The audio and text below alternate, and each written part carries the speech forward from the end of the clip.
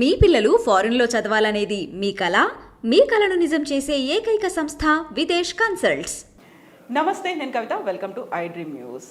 తెలంగాణలో పార్లమెంట్ ఎన్నికలకు సంబంధించి బీజేపీ అందరికంటే ముందుగా అభ్యర్థుల్ని అనౌన్స్ చేయడంతో పాటుగా క్యాంపెయినింగ్ కూడా మొదలుపెట్టింది. అయితే బీఆర్ఎస్ పరిస్థితి ఏంటి? ఎందుకని అభ్యర్థులు కావాలను అన్నట్టుగా ఉంది అక్కడ పరిస్థితి? వెనకడుగేస్తున్నారు. ఇప్పటికైతే కేవలం 4 మాత్రమే అనౌన్స్ చేశారు. మిగతా 13 స్థానాల పరిస్థితి ఏంటి? ప్రస్తుతం మనతో పాటుగా ఉన్నారు పొలిటికల్ అనలిస్ట్ ఘంటా చక్రపాణి గారు. చక్రపాణి గారు, నమస్కారం అండి. నమస్తే అండి. సో చాలా కాలం తర్వాత పాలిటిక్స్ గురించి మనం మాట్లాడుకుంటున్నాము. తెలంగాణ పాలిటిక్స్ అనేవి ఇప్పటికీ ఆల్మోస్ట్ ఒక 90 రోజులు అవుతుందా? ఆల్మోస్ట్ 90 రోజులు అవుతుంది. వీళ్ళు అనుకున్న 100 రోజుల టార్గెట్ గురించి మాట్లాడుకోవాలి. At the same time parliament ఎన్నికలకు సంబంధించి ఏ పార్టీలు ఎక్కడున్నాయి అసలు? ఇప్పుడు మీరు ఇందాక చెప్తున్నట్టుగా ఎన్నికలకు సంబంధించి, లోక్సభ ఎన్నికలకు సంబంధించి భారతీయ జనతా పార్టీ మొట్టమొదటిసారిగా దక్షిణ భారతదేశం అంతటా, అదేవిధంగా ముఖ్యంగా తెలంగాణలో దూకుడు మీద వెళ్తుందని చెప్పొచ్చు. అంటే జాతీయ స్థాయిలో వాళ్ళు మన దాదాపు 3 ఒక వంతు సీట్లు 125 సీట్లు ప్రకటించిన 195 సీట్లు ప్రకటించిన తర్వాత అనూహ్యంగా తెలంగాణలో కూడా 8 సీట్లను వాళ్ళు డిక్లేర్ చేసినారు. దాంట్లో ఏవైతే కాంప్లికేటెడ్ అనుకున్నామో అటువంటి మల్కాజ్గిరి లాంటిది కూడా ప్రకటించి ఒక ఇండికేషన్ ఇచ్చారు. మోడీ, బీజేపీ నమ్ముకున్న వాళ్ళకు ఎటువంటి అన్యాయం జరగదు. ఎందుకంటే అప్పటికే ఈటెల రాజేందర్ గారు కొంత సొన్నాయి నొక్కులు నొక్కుతున్నారు. నాకు ఇక్కడే గౌరవం ఉండే, అక్కడ గౌరవం లేకుండే, ఇక్కడ ఇది ఉండే, అక్కడ అది ఉండే అని. సో ఎందుకో బీజేపీకి ఈటెల రాజేందర్ గారి పట్ల ఒక గురి, ఆ గురి ఉంది అనే సంగతి ప్రపంచానికి తెలియాలంటే ముందు మనం మల్కాజ్గిరి క్లియర్ చేయాలా. ఎందుకంటే అక్కడ చాలా బలమైనటువంటి జాతీయ బీజేపీ నాయకులు పోటీ పడుతున్నారు. మురళీధరరావు లాంటి వాళ్ళు. మురళీధరరావు గారు దాదాపు 40 ఏళ్ళ నుంచి పూర్తి స్థాయి కార్యకర్తగా ఉన్నటువంటి వ్యక్తి. సో ఇటువంటి పరిస్థితులలో బీజేపీ ఎటువైపు ఉంటుంది అనేది ఒక ఇండికేషన్ ఇవ్వడం కోసం కొత్త వాళ్ళ, పాత వాళ్ళ అనే సంబంధం లేకుండా నమ్మి వచ్చినటువంటి వాళ్ళకు మేము ఎటువంటి అన్యాయం చేయము అనేటువంటి పద్ధతిలో ఒక 3 సీట్లను ఆ రోజు ప్రకటించారు. 3 అటువంటి సీట్లు. మిగతా 3 సీట్లు వాళ్ళ ఇప్పటి వరకు ఉన్న ఎంపీలు సిట్టింగ్లో ఉన్నప్పటికీ కూడా ఆ రోజే చేరినటువంటి బీబీ పాటిల్కి నిన్న చేరినాడు. ఆయనకి వాళ్ళ సీట్ ఇచ్చినారు. 24 గంటల లోపే ఆయన సీట్ డిక్లేర్ చేసినారు. బీబీ పాటిల్కి ఎటువంటి సైద్ధాంతిక పరమైనటువంటి సంఘ పరివారతో లేదా మిగతా వాళ్ళతో ఉన్న సంబంధం ఏం లేదు. అట్లాగే పి రాములు గారు నాగర్ కర్నూలులో చేరిన 2వ రోజు ఆయన కొడుకు సీట్ డిక్లేర్ చేసినారు. అంటే ఈ 3 సీట్లతోటి ఏమి ఇండికేట్ అవుతున్నది అని అంటే, ఎవరైతే నమ్మకం పెట్టుకుంటారో వాళ్ళను మేము నిలబెడతాము, వాళ్ళకి ఎటువంటి నమ్మక ఘాతుకం కలిగించేటువంటి అవకాశం లేదు, వాళ్ళ నమ్మకాన్ని నిలబెడతామనేటువంటి ఇండికేషన్ ఇచ్చినారు. 2వది బీసీలకు, మాదిగలకు కూడా ఒక స్పెషల్ ఇండికేషన్ ఇచ్చినారు. రాములు గారు చేరేటప్పుడు చెప్పినటువంటి మాట, మాదిగల కుల విభజనకి, ఉపకులాల విభజన, మాలా మాదిగ విభజనకు సంబంధించి భారతీయ జనతా పార్టీ కట్టుబడి ఉంది కాబట్టి మేము చేరుతున్నామని చెప్పారు. ఆ ఓట్లు చాలా ఎక్కువ నగర్ కర్నూలు కాన్స్టిట్యున్సీలో. అందులో గతంలో మందకృష్ణకు కూడా ఇచ్చినటువంటి ఒక మాట, ఆ హామీ దాన్ని రిఫ్లెక్ట్ చేసేటట్టుగా ఆయనతోటి చెప్పించారు. అట్లాగే బీసీలకు సంబంధించినంత వరకు కూడా ఈటెల రాజేందర్కు ఎనలేని ప్రాధాన్యత ఇచ్చినట్టు లెక్క. అంటే ఎందుకంటే ఆయన 2 సీట్లలో ఓడిపోయినాడు. చాలా పెద్ద ఎత్తున డబ్బులు ఖర్చు పెట్టుకున్నాడు. అసలు అక్కడ ఎవరు పట్టించుకోరని అనుకున్నారు. బండి సంజయ్కి ఆయనకి వైరం నడుస్తుందని అటువంటి ఒక ఇది వినబడింది. అదే కాకుండా మురళీధరరావు గారికి ఆయనకి మధ్యలో కూడా ఈ సీటు విషయంలో వివాదం అనేది వచ్చింది. అయినప్పటికీ ఆయన ముందుగా డిక్లేర్ చేసి బీసీలో కూడా ఒక రకమైనటువంటి ఆత్మవిశ్వాసం కల్పించడానికి ప్రయత్నం చేశారు. అదేవిధంగా బూర నరసయ్య. అంటే ఓవరాల్గా చూసుకుంటే ఇవాళ సీట్లు వచ్చినటువంటి బీజేపీకి సంబంధించినటువంటి వాళ్ళలో సిట్టింగ్లు మినహా మిగతా అన్ని ఒక సామాజిక న్యాయ ధోరణితోటి, పాపులారిటీతోటి, అదేవిధంగా ఆ క్యాండిడేట్స్కి ఉన్నటువంటి గుణగణాలతోటి లేదా బ్యాక్గ్రౌండ్ తోటి, గుణగణం అంటే గుణగణాల గురించి మనం చెప్పలేము, కానీ వాళ్ళకు ఉన్నటువంటి మా ఫాలోయింగ్ తోటి వీళ్ళు వెళ్తున్నట్టుగా మనకు కనబడుతుంది. బీజేపీ విపరీతమైనటువంటి ఒక ఆత్మవిశ్వాసం. వీళ్ళు అనౌన్స్ చేయడమే కాకుండా ఒక 2 రోజుల్లోనే నరేంద్ర మోడీ గారు వచ్చి 2 రోజులు ఇక్కడ ఉండి 2 మీటింగ్లు అటెండ్ చేసి పోయినాడు. అది కూడా అధికారిక కార్యక్రమం అని చెప్తూనే కూడా ప్రచారం చేసుకుంటూ అది ఒకవైపు అధికార కార్యక్రమం చేసుకుంటూనే దానికి ధీటుగా ప్రచారం చేసుకొని ఇవాళ ప్రచారంలో కూడా మళ్ళీ అధికారిక కార్యక్రమంలో ఉన్నటువంటి అన్ని అంశాలని లేవనెత్తేటువంటి విధంగా ఆయన ప్రచారం చేసుకుంటూ ఒక ఊపు తీసుకురావడానికి ఒక సింక్రనైజ్ చేయడానికి మీరు ప్రధానమంత్రి మోడీ మాట్లాడుతున్నటువంటి మాటలను కూడా చూస్తుంటే అసలు విపరీతమైనటువంటి కాన్ఫిడెన్స్ ఇస్తున్నాడు. తెలుగులో మాట్లాడుతున్నాడు. మోడీ గ్యారంటీ అంటే ఖచ్చితంగా పూర్తి అవుతుందనే గ్యారంటీ అని చెప్తున్నాడు. లేదా నా కుటుంబం అంటున్నాడు. నా కుటుంబం లేదని తిడుతున్నారు అంటే చాలా సెంటిమెంట్స్ కూడా ఉపయోగిస్తున్నారు. వీళ్ళదేమో కుటుంబమే వీళ్ళ రాజకీయము, నాకు కుటుంబం లేదని తిడుతున్నారు, మీరందరూ నా కుటుంబమే, 140 కోట్ల మంది నా కుటుంబం అని చెప్తారు. ఇది ఒక రకంగా జనానికి దగ్గర అవ్వడానికి చాలా ఉపయోగపడేటువంటి ప్రచారం చేస్తున్నారు. ఇకపోతే మీరు బీఆర్ఎస్ గురించి అడిగారు. బీఆర్ఎస్ ఎందుకో వాళ్ళు ముందు మొత్తం డిస్మెంటిల్ చేసుకొని మళ్ళీ కొత్త రూపంలోకి వద్దామని అనుకుంటున్నారేమో నాకు అర్థం కావట్లేదు. వాళ్ళు అనౌన్స్ చేస్తున్నటువంటి క్యాండిడేట్స్ కానీ వాళ్ళ ధోరణి కానీ వాళ్ళ వైఖరి కానీ చాలా ఉదాసీనతతో కూడుకొని ఉంది, నిరుత్సాహంతో కూడుకొని ఉంది అనేది అర్థం చేసుకోవచ్చు. కేటీఆర్ గారు, హరీష్ గారు ప్రెస్ మీట్లలో మాట్లాడుతున్నటువంటి ధోరణిలో పార్టీ నడవడం లేదు. పార్టీలో ఉన్నటువంటి పరిణామాలు కూడా మనం గమనించినట్టయితే క్యాండిడేట్స్ని వెతుక్కోవాల్సి వస్తుంది. ఎవరు అసలు ఎందుకు వెతుక్కునే పరిస్థితి దాకా తీసుకొచ్చుకున్నారు?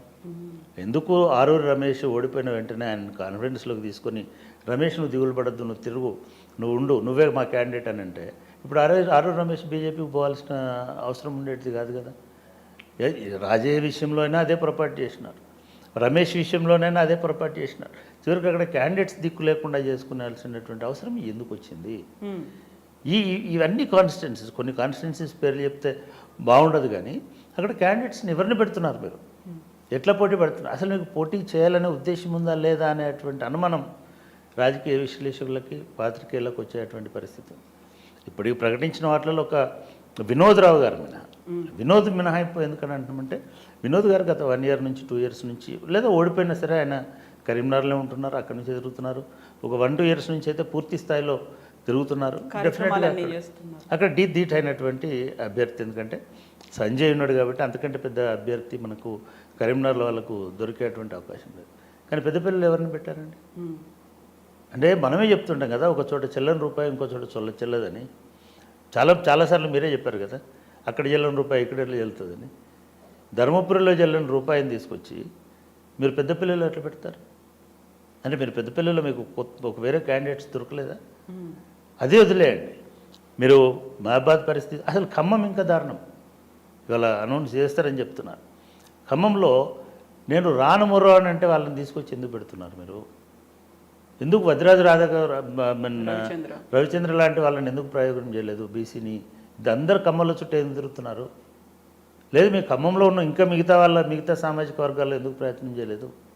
ఎందుకని అంటే మీ పార్టీలో చేరినటువంటి ఒక ఎస్సీనో ఒక బీసీనో మీరు ఎందుకు వాళ్ళని అక్కడ ఉపయోగించట్లేదు? ఇదొకటి. అసలు ఏ క్యాలిక్యులేషన్స్ తోటి మీరు టికెట్లు అనౌన్స్ చేశారు? నిజానికి మొత్తం ఎన్నికలకు సంబంధించిన ఊహ కూడా లేకముందే రంజిత్ రెడ్డి మా అభ్యర్థి అని మొట్టమొదటి అభ్యర్థి బీఆర్ఎస్ సంకేతం కాదు ప్రకటించేసి వర్క్ చేసుకోమన్నారు. అది పత్రికల్లో వచ్చింది. ఆయన కూడా వర్క్ చేసుకున్నాడు. ఆయన మా ఎంపీ కూడా వర్క్ చేసుకుంటూ పోతున్నట్టు అంటే ఆయన సడన్గా ఎందుకు వెనక్కిపోయినాడు? ఎవరు మాట్లాడారు ఆయనతోటి? మీరు ఎందుకు ఇంకా ముడుచుకొని ఉంటున్నారు? ఎందుకు రీచ్ అవుట్ అవుతలేరు? ఎందుకు వాళ్ళని కాన్ఫిడెన్స్లోకి తీసుకోవట్లేదు? ఎందుకు వాళ్ళతో చర్చించడం లేదు? అంటే ఒక ఉదాసీన వైఖరిలోంచి ఇంకా ఎందుకు బయటపడలేదు చెప్తున్నారు బీఆర్ఎస్. నిజంగా వాస్తవం వాళ్ళు చెప్పేది. బీఆర్ఎస్ అనేటువంటి పార్టీ బలమైనటువంటి పార్టీ. ఎన్నికల క్షేత్రంలో బలహీనపడిపోవచ్చు. ఇప్పుడు పోతున్నటువంటి వాళ్ళు కూడా పదవుల్లో ఉన్న వాళ్ళు మాత్రమే పోతున్నారు. వాళ్ళ పదవులో లేదా పైసలో కాపాడుకోవడానికి. వాళ్ళకి వ్యాపారాలు ఉన్నాయి అందరికీ. బీఆర్ఎస్లో ఉన్న ప్రతి ఒక్కరికి వ్యాపారాలు. రవిచంద్రకు వ్యాపారాలు ఉన్నాయి. ఆయన ఎక్స్పోర్ట్స్ ఇంపోర్ట్స్ నడవాలా, ఆయన గ్రెనేట్ నడవాలా, ఇవన్నీ నడవాలని అంటే మరి మంచిగా ఉండాలా? లేదా నామనాగేశ్వరరావు వ్యాపారాలు ఉన్నాయి, కాంట్రాక్టులు ఉన్నాయి. వ్యాపారాలు కూడా గవర్నమెంట్ తోటి మంచిగా ఉంటేనే వాళ్ళు కాంట్రాక్ట్ ఇస్తారు. ఆయననే చూస్ చేస్తున్నారు మళ్ళీ. అట్లాగే రంజిత్ రెడ్డి గారికి వ్యాపారాలు ఉన్నాయి.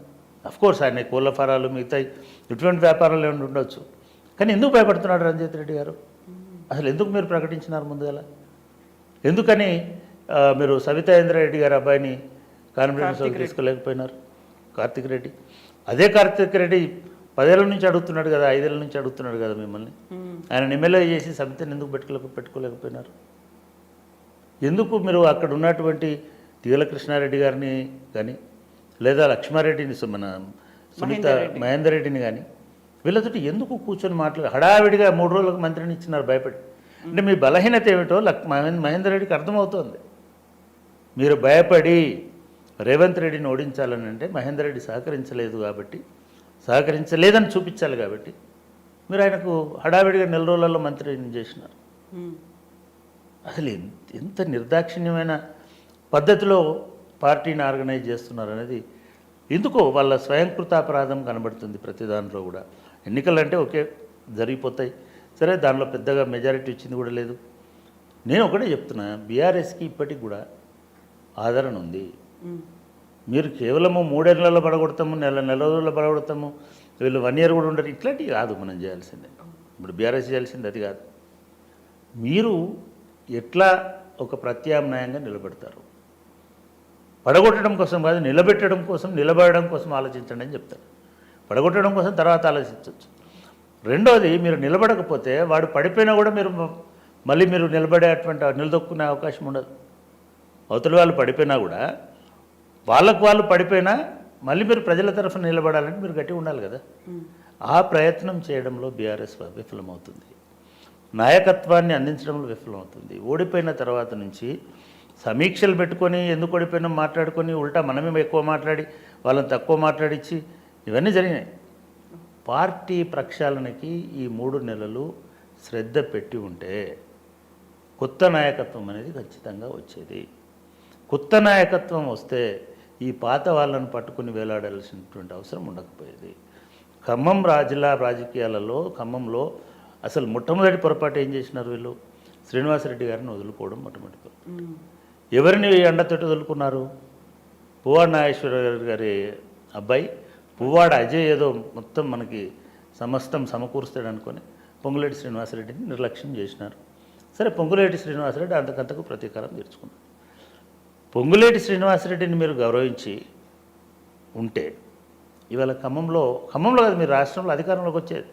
ఎందుకంటే చాలామంది చెప్తున్నారు 10 మందిని పొంగులేటి శ్రీనివాసరెడ్డి గెలుపుకున్నాడని. అడుగు పెట్టనివ్వను అనే మాట కూడా చెప్పాడు. అసెంబ్లీ గేట్ ముట్టనివ్వని అన్నాడు. మీరు ఆ రోజు నెక్స్ట్ డే అన్నారు గేట్ ముట్టనివ్వని అన్నావు కదా, మాకు ఒక ఆయన గెలిచినాడు, పాయ వెంకట్రావు గెలిచినాడు, అట్లాంటిది ఏదో పేరు తెల్ల వెంకట్రావు గెలిచినాడు అని అన్నారు. ఇప్పుడు తెల్ల వెంకట్రావు ఎవరు గేటు తడుతున్నాడు? అసెంబ్లీ గేటు తట్టట్లా, రేవంత్ రెడ్డి గేటు తడుతున్నాడు. ఆయన పోయి అక్కడ చేరినాడు.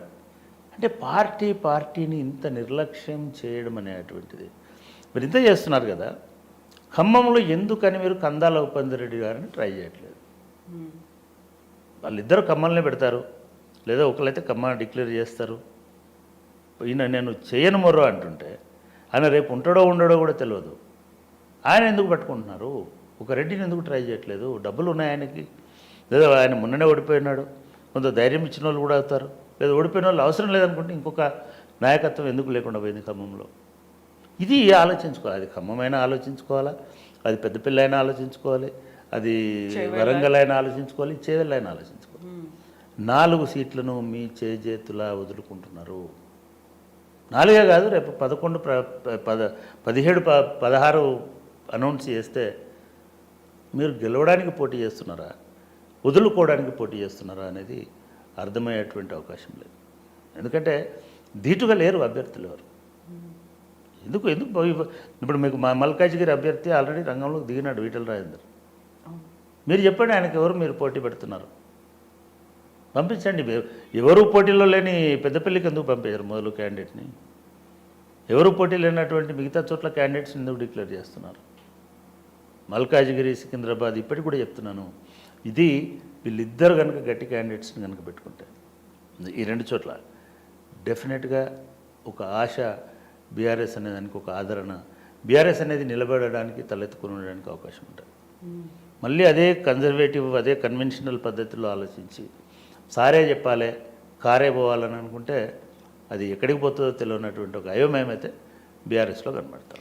సారు కారు 16 అనే ఒక నినాదం ఉండేది. ఆ నినాదంతో ప్రతి పార్లమెంట్ ఎన్నికల్లో ఒక గెలుపు అనేది ముందుకు వెళ్ళాలి అనే ఉద్దేశంతో కేవలం ఒక ఓటమే ఈ పరిస్థితులకు దారితీసిందా, లేకుంటే జరగాల్సింది ఇంకెక్కడుందంటారు? అసలు ఏం జరగాలి?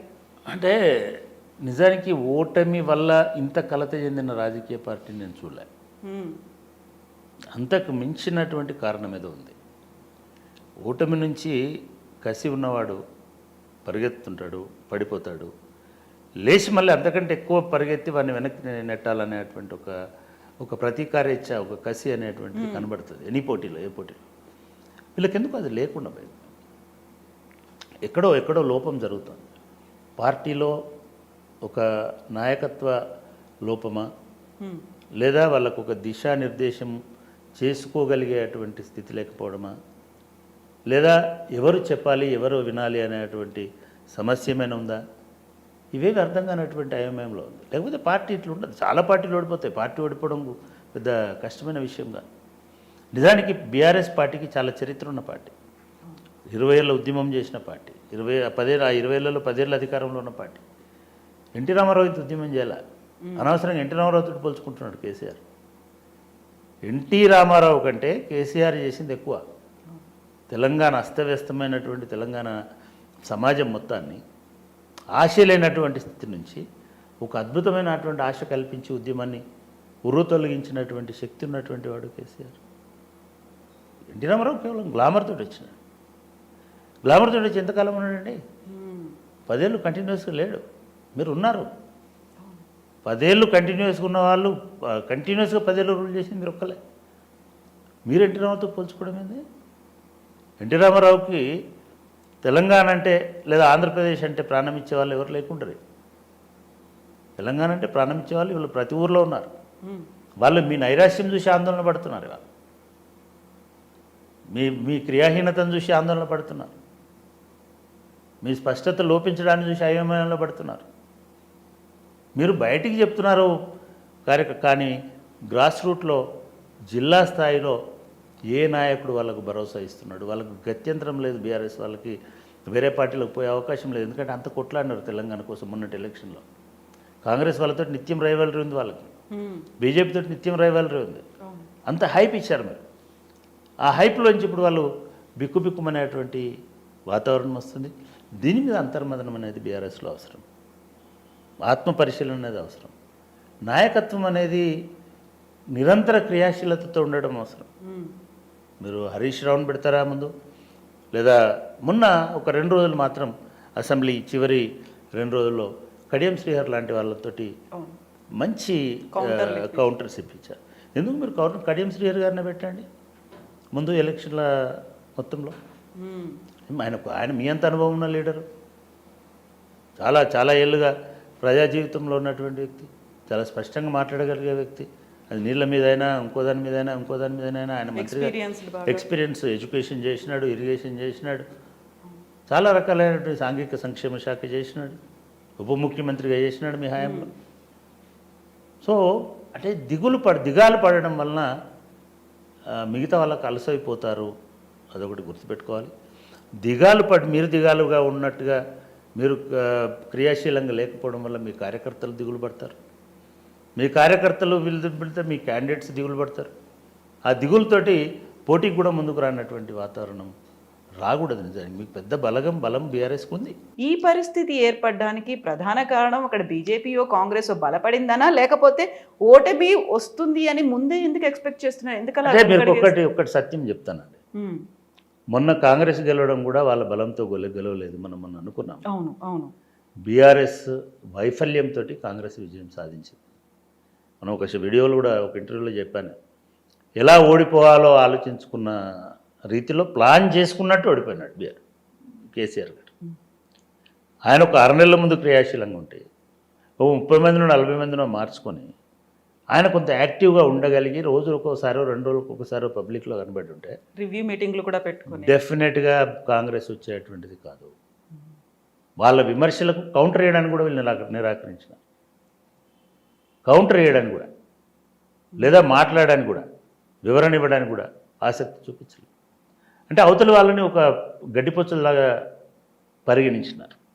దీన్ని ఎవరైనా అహంకారం అనుకుంటే అది వాళ్ళ తప్పు కాదు.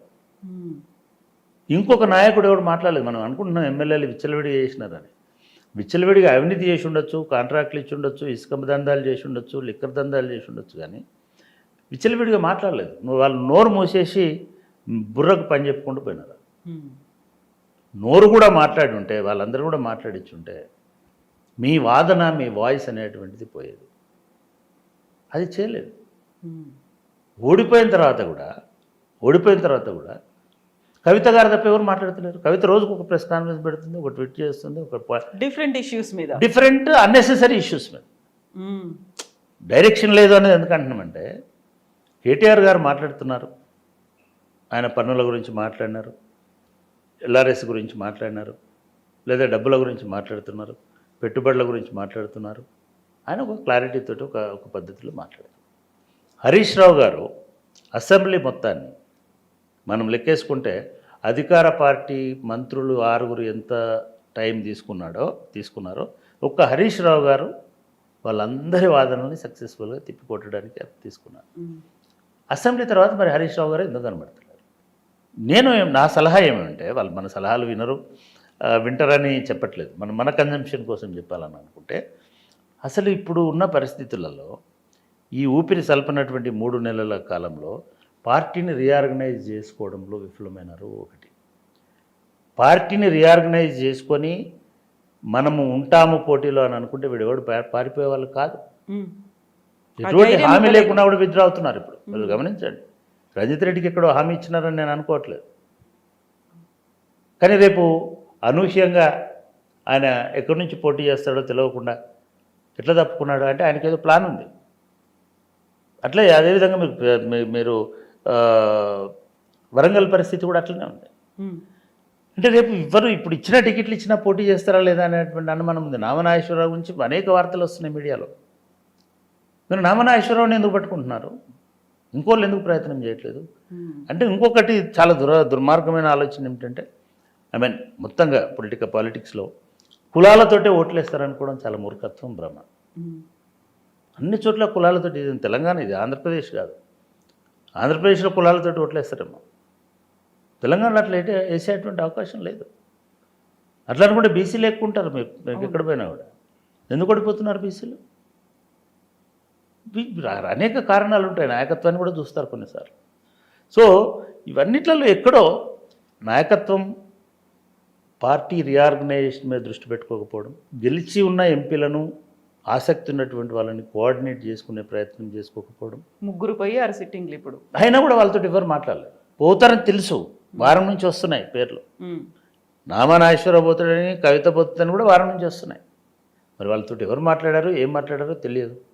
రంజిత్ రెడ్డి గారు మీకు అంత క్లోజ్ కదా, కేటీఆర్ ఎంబడే ఉండేవాడు కదా. కేటీఆర్ అనౌన్స్ చేసినాడు కదా రంజిత్ రెడ్డికి టికెట్ ఇస్తామని, వర్క్ చేసుకోమని. ఎందుకు రంజిత్ రెడ్డి గారితో మాట్లాడలేకపోయారు? అంటే భవిష్యత్తు చెప్పి కూడా వెళ్తున్నారా అని? మీ పార్టీలో ఉండలేమని అనుకుంటున్నారా? మీరు పికప్ చేసుకోండి. Second leadership develop. ఒకటి, ఇవాళ గెలవడం కోసం మీరు పోటీ చేయకండి. మీరు మీ పార్టీ నిలబడడం కోసం పోటీ చేయండి. మీ పార్టీ మీద ఒక విశ్వాసం మళ్ళీ పునరుజ్జీవింపజేయడం కోసం పోటీ చేయండి. సన్నగిల్లకుండా చూసుకోండి. మీ కార్యకర్తలకి బలాన్ని, ఊపునివ్వడం కోసం పోటీ చేయండి. వాళ్ళు వెళ్ళిపోతే మిమ్మల్ని ఎవరు కాపాడలేరు. వాళ్ళు నిలబెట్టుకోవాలని అంటే అటువంటి ఒక చైతన్యం, అటువంటి డైనమిజం ఉన్నటువంటి వాళ్ళని తీసుకొస్తే బీఆర్ఎస్కి ఎటువంటి డోకా ఉండదు. బీఆర్ఎస్కి ప్రజల మద్దతు, మీరు కాంగ్రెస్కి ఎన్ని ఓట్లు వచ్చినాయో బీఆర్ఎస్కి అన్ని వచ్చినాయి. మీరు సీట్లు వదిలేయండి, 1% కూడా తీసేయండి, అది పెద్ద లెక్కలోకి వచ్చేటువంటి విషయం కాదు. అదే అటువంటి అప్పుడు హాఫ్ ఆఫ్ ది మెజారిటీ మీకు ఉన్నప్పుడు మీరు ఎందుకు వరి అవుతున్నారు? ఎందుకు ఇంత డీలబడిపోతున్నారు? ఈ పరిస్థితి చూసి, ఈ పరిస్థితిని గమనించి వాళ్ళ బీజేపీ టార్గెట్ చేస్తుంది ఏంటంటే, దూకుడుగా వెళ్ళి పాజిటివ్ వైబ్ అంటాం కదా, పాజిటివ్ వైబ్ తోటి వెళ్ళి చాలా కనెక్ట్ అవ్వడానికి ప్రయత్నం చేసి, ఇక్కడేమి మిగతా విషయాలు ఏమి రావట్లేదు. నార్త్లో ఉన్న ప్రచారానికి మన తెలంగాణలో జరుగుతున్నాయని తెలంగాణ డెవలప్మెంట్ మీదనే ఫోకస్ చేస్తూ ఉన్నారు. ఎన్ని డబ్బులు ఏ రంగాలకు ఇచ్చినారనేది చెప్పుకుంటూ పోతున్నారు. నాకే ఆశ్చర్యం వేస్తుంది. ఒక 1,50,000 కోట్లు దానికి ఇచ్చినాము, 1,70,000 కోట్లు దీనికి ఇచ్చినామని వాళ్ళ కిషన్ రెడ్డి గారు ఒక చిట్టా చదువుతున్నారు. అది సింక్రనైజ్ అవ్వడానికి, అది ప్రజలకు నాటుకోవడానికి ఒక ప్రయత్నం జరుగుతుంది. రెండో వైపు నుంచి మిగతా హిందుత్వ, మిగతా మాట్లాడకుండా రాముడిని పట్టుకొని వస్తున్నారు. హిందుత్వం అంటే తెలంగాణలో లేదా సౌత్లో పెద్దగా సింక్రనైజ్ అవ్వదు, అది ఇంకదు. అదే రాముడు అని అంటే కనెక్ట్ తీసుకొస్తున్నా. స్వయంగా చెప్తున్నాడు, నేను రాముడికి గుడి కట్టిస్తున్నాను గ్యారంటీ ఇచ్చిన, ఆ గ్యారంటీ నేను నిలబెట్టుకుంటున్నా. అక్కడి వరకు చెప్తున్నా. అక్కడ మళ్ళీ లింక్ కూడా పెడుతున్నారు, తెలంగాణతో లింక్ ఉంది పెడుతున్నారు. తెలంగాణకు మీకు స్తంభం ఇచ్చినారు, మీకు ధ్వజం ఇచ్చినారు, ఇంకోటి ఐ మీన్ అట్లా జనాలలోకి పోవడానికి ఇంకా రేపు ఎక్కువ మీటింగులు, ఎక్కువ కాన్సన్ట్రేషన్ వాళ్ళు తెలంగాణ మీద పెట్టేటువంటి అవకాశం ఉంటుంది. దీనిలో 2 ప్రయత్నాలు చేస్తున్నారు. భారీగా బీఆర్ఎస్ ఓట్లను మళ్లించుకోవాలి, కాంగ్రెస్ వ్యతిరేకంగా ఉన్న బీఆర్ఎస్ ఓట్లను. బీఆర్ఎస్కి ఇప్పుడు ఉన్నటువంటి ప్రమాదము బీజేపీతోటే. చాలా పెద్ద మొత్తంలో వీళ్ళు ఎందుకు ట్రై చేస్తున్నారు సిట్టింగులతో పాటు ఎంపీటీసీలు, జడ్పీటీసీలు వాళ్ళు కనెక్ట్ అయి ఉన్నారు బీఆర్ఎస్తో ఉన్నటువంటి వాళ్ళందరినీ కూడా లాక్కోవచ్చు. వాళ్ళకి క్యాడర్ లేదు బీజేపీకి. ఏదో అక్కడిక్కడ ధార్మిక సంస్థలు లేకపోతే మిగతా వాళ్ళు ఉన్నారేమో, భక్తులు ఉన్నారేమో, న్యూట్రల్ ఓటర్లు ఉన్నారేమో, సంఘ్ పరివార్కి సంబంధించినటువంటి ఇన్ఫ్లుయెన్స్ ఉన్నటువంటి వాళ్ళు ఉన్నారేమో.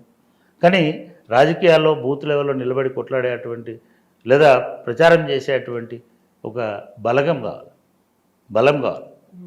ఆ బలం కోసము ఇప్పుడు ఇక్కడ ఉన్నటువంటి సిట్టింగ్లను న్యూట్రలైజ్ చేయడం, లేదా సిట్టింగ్లను డైరెక్ట్గా మార్చుకోవడం. మీరు బీపీ పాటిల్ అంటాన్ని పట్టుకొచ్చి ఆయనకు భాష రాదు, తెలంగాణతో సంబంధము లేదు అని చెప్తున్నారు. ఆయన వ్యాపారాలన్నీ కర్ణాటకలో ఉంటాయని చెప్తున్నారు. అటువంటి ఏరియాలో ఒక్క నాయకుడు డెవలప్ కాకుండా ఎందుకు నిర్లిప్తంగా ఉన్నారు? ఇన్నేళ్ళు, 10 ఏళ్ళు, 2 సార్లు ఎంపీ ఆయన, 10 సంవత్సరాలు అక్కడ ఇంకొక మనిషి లేడు. ఆన్ ది స్పాట్ ఇమ్మీడియట్గా మీరు 2వ లీడర్షిప్ ఉండుంటే ఇవాళ అక్కడ ఆ వాతావరణం ఉండేది కాదు. ఆ పార్టీ క్యాడర్ అంతా కూడా ఆయనతోటి సన్నిహితంగా ఉన్నారు. మీకు ఎవరు ఎమ్మెల్యేలు లేరు ఇప్పుడు అక్కడ. మీరు అందరూ మేము దాదాపు 4 ఓడిపోయినట్టున్నారు అక్కడ, 4-5. సో ఇటువంటి వాతావరణంలో ఇమ్మీడియట్గా ఆల్టర్నేటివ్స్ని, అది కూడా ఇమ్మీడియట్ ఎలక్షన్ ఆల్టర్నేటివ్ కాదు, ఇంకో 10 ఏళ్ళ వరకు లాంగ్ టర్మ్ మీరు మళ్ళీ అసెంబ్లీ ఎలక్షన్స్కి టార్గెట్ చేసుకొని కనుక మీరు ఆల్టర్నేటివ్స్ని వెతుక్కుని ఉంటే బాగుండేదని నేను అనుకుంటున్నాను. వాట్ అబౌట్ కాంగ్రెస్ అయితే రేవంత్ రెడ్డి అనౌన్స్ చేసేసాడు వంశీచంద్ర రెడ్డి మహబూబ్ నగర్ ఎంపీ క్యాండిడేట్గా. మిగతా వాటికి సంబంధించి పోటీ అనేది బీజేపీతో ఉంటుందా, బీఆర్ఎస్తో ఉంటుందా? అంటే నేనేమంటున్నానంటే కాంగ్రెస్ పార్టీ అసెంబ్లీలో గెలిచినంత ఈజీగా ఇప్పుడు గెలుస్తారని అనుకోవడానికి అవకాశం లేదు. మీరు మహబూబ్నగర్ విషయం తీసుకొచ్చినారు. నిజంగా కూడా మహబూబ్నగర్లో ఇప్పటికైనా సరే బీఆర్ఎస్ తాత్సారం చేయకుండా వాళ్ళు ఒక బలమైన క్యాండిడేట్, లక్ష్మారెడ్డిని పెడతారా, లేకపోతే మాజీ మంత్రి శ్రీనివాస్ గౌడ్ గారిని పెడతారా, లేదు ఇంకెవరినైనా పెడతారా? ఇప్పుడు మొదలు పెట్టండి. మీకేం పోయింది? కాంగ్రెస్లో అంటే పోటీ ఉంది, మీకు పోటీ లేదు కదా. ఎవరిని పెట్టినా కూడా మిగతా రీచ్ అవుతారు కదా. ఆ పని చేసుకుని ఉంటే బాగుండేది. వంశీచంద్రరెడ్డిని పెట్టడమే కాదు, గెలిపించుకునేటువంటి బాధ్యత కూడా రేవంత్ రెడ్డి తీసుకుంటాడు. ఆయన ఇన్ఛార్జ్ కూడా ఆ పార్లమెంట్ కాన్స్టిట్యున్సీకి. మీరు పోటీకైనా ఉండాలి కదా. బీజేపీలో ఉత్సాహం ఉంది, పోటాపోటీ నడుస్తుంది అక్కడ. అరుణ గారికి జితేందర్ రెడ్డి గారికి మధ్యలో పెద్ద ఎత్తున ఆయన వాళ్ళిద్దరే కాకుండా ఇంకో 3వ పేర్లు కూడా వినబడుతున్నాయి అక్కడ. మీకు ఎవరు లేరాడ. అదే దాని పక్కన నాగర్ కర్నూలులో కూడా ఇవాళ వరకు మీరు క్యాండిడేట్ ఎవరో చెప్తలేరు. మీకున్న అదొక ఎస్సీ కాన్స్టిట్యున్సీ, మీకేం పోటీ ఉంది అక్కడ? మీరు ఎవరు అనుకుంటారో వాళ్ళని పేరు చెప్పేస్తే వాళ్ళు పోయి పని చేసుకుంటారు. మీరు అక్కడ మీనమేషాలు లెక్కించాల్సిన అవసరం ఏముంది? ఆల్రెడీ పోయి ఇప్పుడు మీరు ఆలస్యం చేస్తే ఏంటంటే ఈ రాములు ఆ జడ్పీటీసీలను, ఎంపీటీసీలను, మీతో ఉన్నటువంటి వాళ్ళందరినీ ఇది చేసుకునే అవకాశం ఉంటుంది. అంటే అట్లా అంటే కరీంనగర్లో ఎట్లాగైతే మీరు చేశారో మిగతా చోట్ల చేయలేకపోవడానికి కారణం అంటే నిజామాబాద్ చూడండి. ఇవాళ నిజామాబాద్లో ఎంత అయోమయం అంటే అక్కడ ఎవరో ఒకరు మీరు నాయకత్వంలోకి రానియల గత 5 ఏళ్ళుగా మళ్ళీ కవిత వస్తారని అనుకున్నారు. ఇప్పుడు కవిత వెళ్తే కష్టం వచ్చేటువంటి పరిస్థితి ఉంది అనేటువంటిది, నష్టం కలిగే పరిస్థితి అని అనుకుంటున్నారు. ఆమె కూడా విముఖంగా లేరని మీరు చెప్తున్నారు. మరి ఎవరు పోటీ చేస్తారు? కనీసం ఎవరికో హింట్ ఇస్తే 2-3 మీరు బలోపేతం చేయండి, మన వాళ్ళు జారిపోకుండా చూడండి, లేదా ఇంకోటి చేయండి అనే అవకాశం ఉంది. మీరు ఇదే అయోమయం మీకు కాంగ్రెస్లో కూడా ఉంది. కాంగ్రెస్లో ఈరోజు వరకు ఎవరు అభ్యర్థి, అది కరీంనగర్లో ఎవరు, వరంగల్లో ఎవరు, మహబాద్ ఎవరు, ఖమ్మం ఎవరు, పెద్దపల్లి ఎవరు, చివరికి మల్కాజిగిరి ఎవరు అనే విషయాల మీద క్లారిటీ లేదు. వాళ్ళు 2 పేర్లు 3 పేర్లు పంపించిన వాళ్ళల్లో కూడా అంత పసవున్న వాళ్ళు బలం ఉన్న వాళ్ళు ఎవరు లేరు.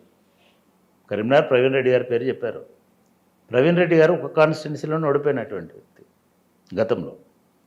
ప్లస్ ఆయనకి ఉన్న వనరులు కానీ మిగతాయి కానీ ఆయనకు మిగతా నియోజకవర్గాలతో రీచ్ దానికంటే రాజేంద్ర రావు గారు ఇంకా బెటరు.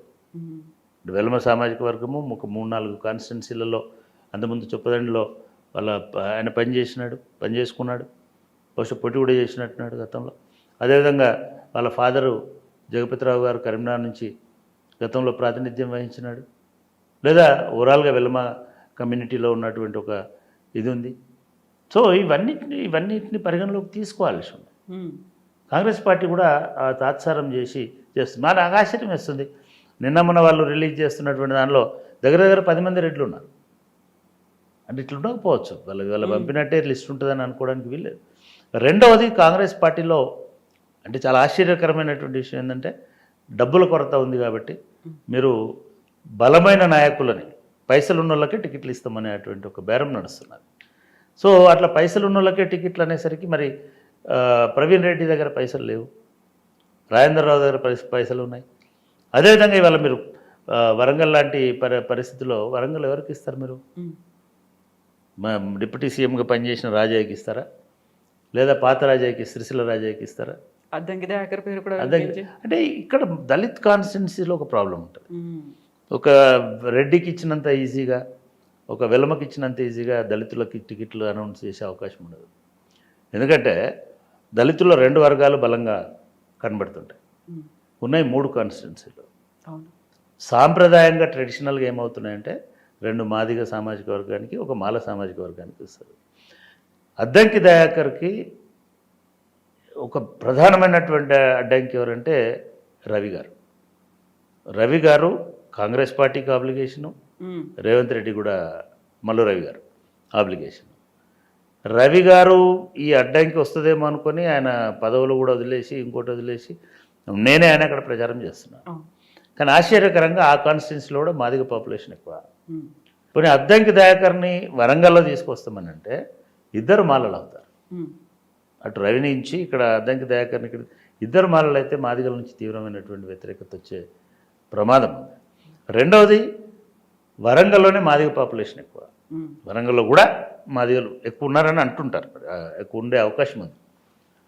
మరి అక్కడ మాల క్యాండిడేట్ని ఎట్లా పెడతారనేటువంటి పంచాయతీ అక్కడ కూడా వస్తుంది. మళ్ళీ ఎవరు సాక్రిఫైస్ చేయాలి?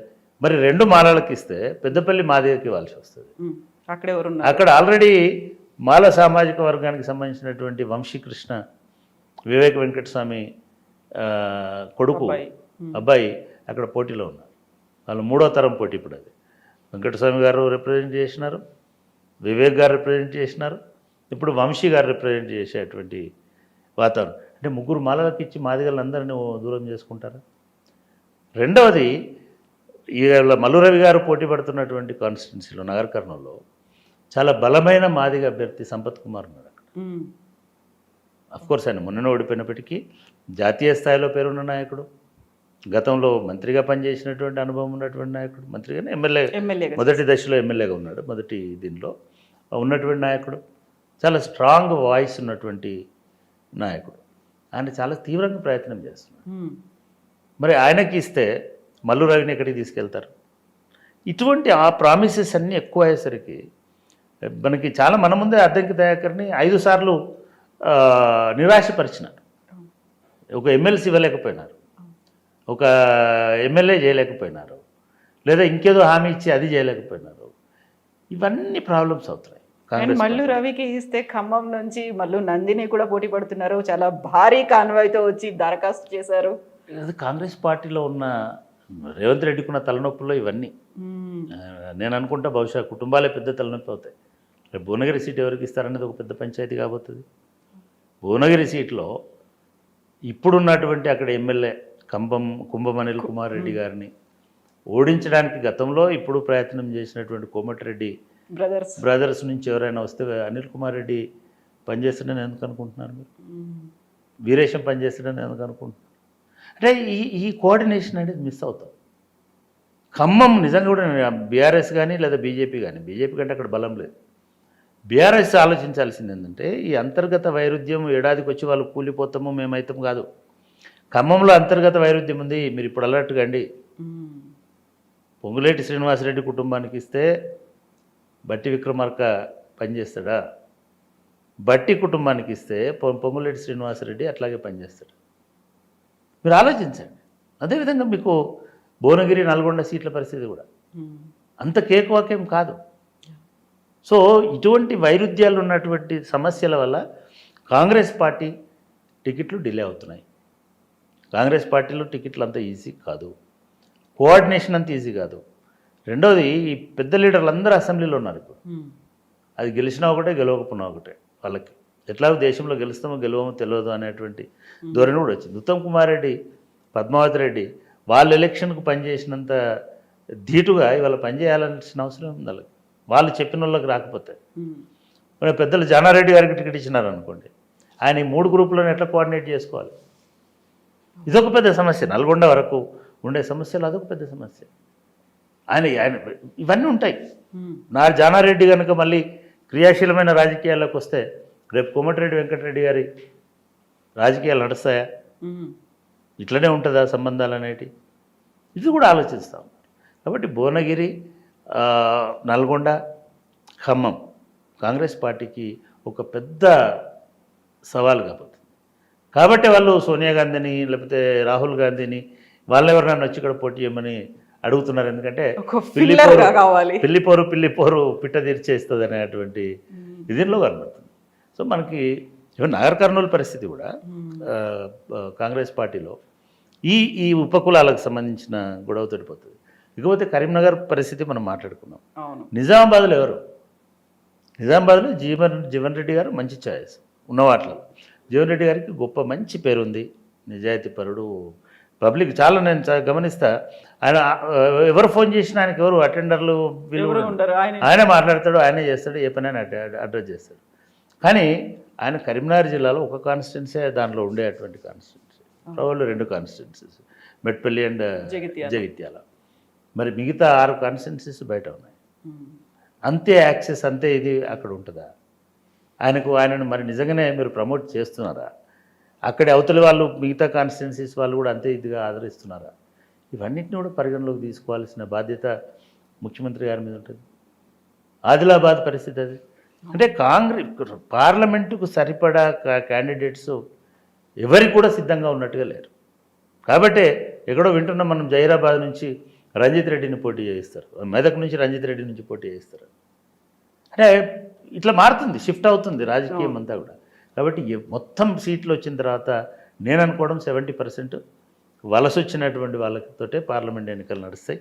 ఎవరో వాళ్ళ పార్టీ సిద్ధాంతాలతోటి నడిపించేటువంటి అవకాశం లేదని నేను అనుకుంటున్నాను. ఎస్ చక్రపాణి గారు, థ్యాంక్ యూ సో మచ్ అండి. Thank you.